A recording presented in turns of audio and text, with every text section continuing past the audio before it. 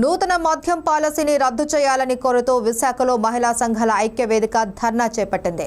GVMC వద్ద ధర్నాకు దిగిన ఐక్యవేదిక సభ్యులు మద్యం పాలసీకి వ్యతిరేకంగా నినాదాలు చేశారు.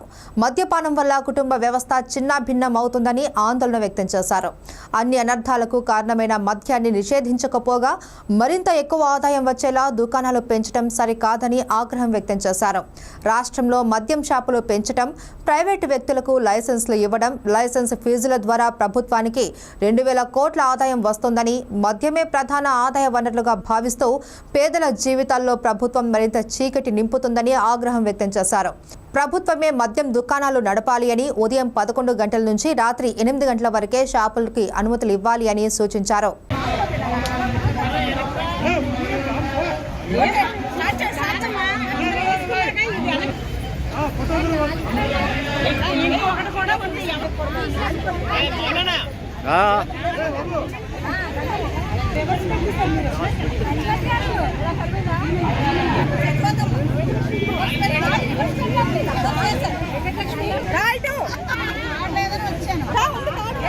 ఏర్పడిన కూటమి ప్రభుత్వం గంజాయి మీద ఉక్కుపాదాన్ని మోపుతున్నామన్నారు. మరి గంజాయి మీద మోపిన ఉక్కుపాదాన్ని మద్యం మీద మోపడానికి ఏం ఆటంకం వచ్చిందని మహిళా సంఘాల ఐక్యవేదిక ప్రశ్నిస్తుంది. ఎందుకంటే ఇదేమైనా మద్యం ఏమైనా ఆదాయ వనరుగా చేసుకోవడానికి ఇలా సూపర్ 6 ప్రకటించి సూపర్ 6 కావాల్సిన డబ్బులంతా కూడా ఇక మేము ఇక్కడే సంపాదిస్తాము అని చెప్పేసి అంటున్నారు. కాబట్టి కొత్త నూతన మద్యం పాలసీ ద్వారా ప్రజలందరి దగ్గర నుంచి జనాభా ప్రాతిపదిక మీద తాగుబోతులుగా చేసి వ్యసనపరులుగా చేసి మద్యాన్ని ఆదాయ వనరుగా చేసుకొని ఇంకా జీవితాలు చిద్రం చేస్తుంది.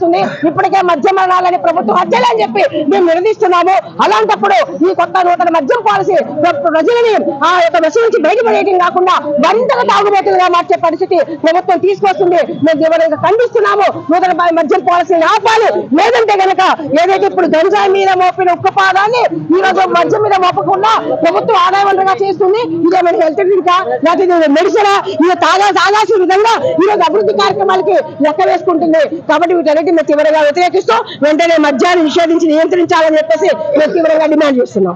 సూపర్ 6 అని చెప్పేసి హామీలు ఇచ్చి ఈ రోజు తీరా గెలిచినాక తొంగలో పెట్టే పరిస్థితి మనం చూస్తున్నాం. రేపటి నుంచి నూతన మద్యం పాలసీని అమల్లోకి తీసుకొస్తున్నారు. ఏదో ప్రజలకు అవసరమైతే ఏవైతే ఉచిత సిలిండర్లు ఇస్తున్నారో దానికోసం పట్టించుకోలేదు. నిత్యావసర వస్తువులు సరుకులన్నీ కూడా ఆకాశాన్ని అంటున్నాయి. అలాగే ఉచిత ఫ్రీ బస్ అనేది అది కూడా పట్టించుకు ఏదైతే ప్రజలకు హానికరంగా ఉంటుందో మహిళలపై అత్యాచారాలు దాడులకి క్రైమ్ రేట్ కి పెరుగుతుందో మద్యాన్ని మాత్రం దశల వారీగా నిషేధిస్తామని చెప్పినటువంటి గత ప్రభుత్వం కానివ్వండి పక్కన పెట్టేశారు. అందుకే వాళ్ళకి ఓడిపోయినట్టు పరిస్థితి వచ్చింది. మహిళలు ఖచ్చితంగా బుద్ధి చెప్పారు. ఈ ప్రభుత్వం కూడా తెలుగుదేశం నాయకులు చెప్పారు. పవన్ కళ్యాణ్ గారు అందరూ ఎక్కడైనా సరే మహిళలు షాప్ వద్దన్నట్లయితే మేము ఖచ్చితంగా తీసేస్తామని చెప్పి ఏ మహిళలు ఎవరో కూడా మాకు మద్యం షాప్ కావాలని ఎక్కడ కూడా కోరుకోరు. ఏదో జనాభా ప్రాతిపదికన హాస్పిటల్స్ లేవు, జనాభా ప్రాతిపదికన స్కూల్స్ లేవు. కానీ 10,000 మంది ఎక్కడైనా ఉన్నట్లయితే మద్యం షాప్ ఇవ్వమంటున్నారు. ప్రైవేటు వ్యక్తులకు ఇచ్చినట్లయితే మరింత మద్యం వేరే పారుతుంది. మహిళలకు హింస పెరిగిపోతుంది, దాడులు పెరిగిపోతాయి, అత్యాచారం పెరిగిపోతుంది. మనం చూసుకున్నట్టు గతంలో ఎక్కడ చూసా సరే తాగినటువంటి మైకంలో తల్లి చెల్లెనట్టు తేడా లేకుండా విచక్షణ కోల్పోయి మరి అత్యాచారాలకు ఎగబడుతున్నారు. చెప్పినప్పుడు ఎందుకు ఈ రకంగా ప్రవర్తిస్తామని చెప్పి అడుగుతున్నాం.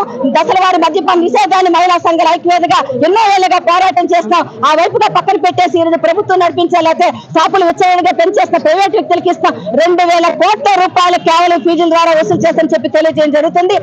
మా ఆడవాళ్ళని ప్రాణమానాలు దోచుకున్నారు. ఇప్పటికే అనేక మంది తాలిబొట్లు తెలిపోయి భర్తలు పోయి బిడ్డలకు పోయి అనేక విషయాలకు గురైతే ఈ నేపథ్యంలో దశల వారి మద్యపాన నిషేధాన్ని అమలు చేయాలి. కనీసం మద్య నియంత్రణకైనా సరే పాటుపడని చెప్పి మహిళా సంఘాల ఐక్యవేదికగా మేము హెచ్చరిస్తా ఉన్నాం.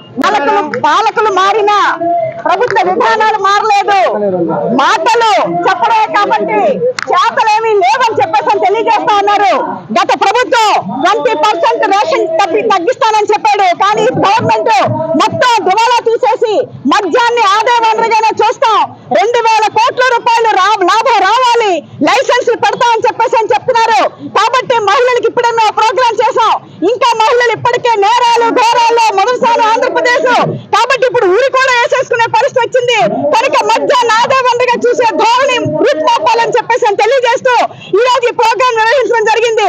అక్టోబర్ 15 లోపు న్యూ ఎక్సైజ్ పాలసీ విధానాన్ని రద్దు చేయాలి, ప్రైవేటు సంస్థలకు ఇవ్వద్దు. అలాగే గవర్నమెంట్ నిర్వహిస్తే కనుక డ్రై డే అట్లాగే సెలవులప్పుడు పండుగలప్పుడు ఇవ్వరు. కనుక న్యూ ఎక్సైజ్ పాలసీ విధానాన్ని రూపొందించే ధోరణిని మేము తీవ్రంగా ఖండిస్తా ఉన్నాం. ఈ రోజు మహిళల మీద జరిగే నేరాల్లో అగ్రస్థానంలో ఆంధ్రప్రదేశ్ ఉందంటే కారణం మద్యం అమ్మకాలు, మద్యం యొక్క దొడ్డిదారిని అమ్మడం వల్లే. కనుక దీన్ని ఆదాయంగా చూడొద్దని చెప్పదలుచుకున్నాం. ఆ రకంగా ఈ రోజు ఈ ప్రోగ్రామ్ నిర్వహించడం జరిగింది. ఈ రోజు గంజాయి మీద ఉక్కుపాదం మోపడం కాదు, జస్టిస్ వర్మ కమిషన్ సిఫార్సు చెప్పినట్టు గంజాయి గాని మాదక ద్రవ్యాలు గాని అలాగే మద్యం మహిళల మీద దాడులు కీలకం అవుతుందని చెప్పారు. కాబట్టి దీన్ని ఒక్కసారి మీరు గమనించండి. సనాతన ధర్మం కోసం మాట్లాడటం కాదు, మహిళల్ని అత్యాచారాలు గురి చేయడం మీ పద్ధతి అని చెప్పి ప్రశ్నిస్తా ఉన్నాం. కాబట్టి నేరాన్ని రూపం మాపాలంటే మూలాల్లోకి వెళ్ళాలి, మద్యం నిషేధించాలి, డ్రగ్స్ నిషేధించాలి, మాదక ద్రవ్యాలు నిషేధించాలని చెప్పి డిమాండ్ చేస్తా ఉన్నాం.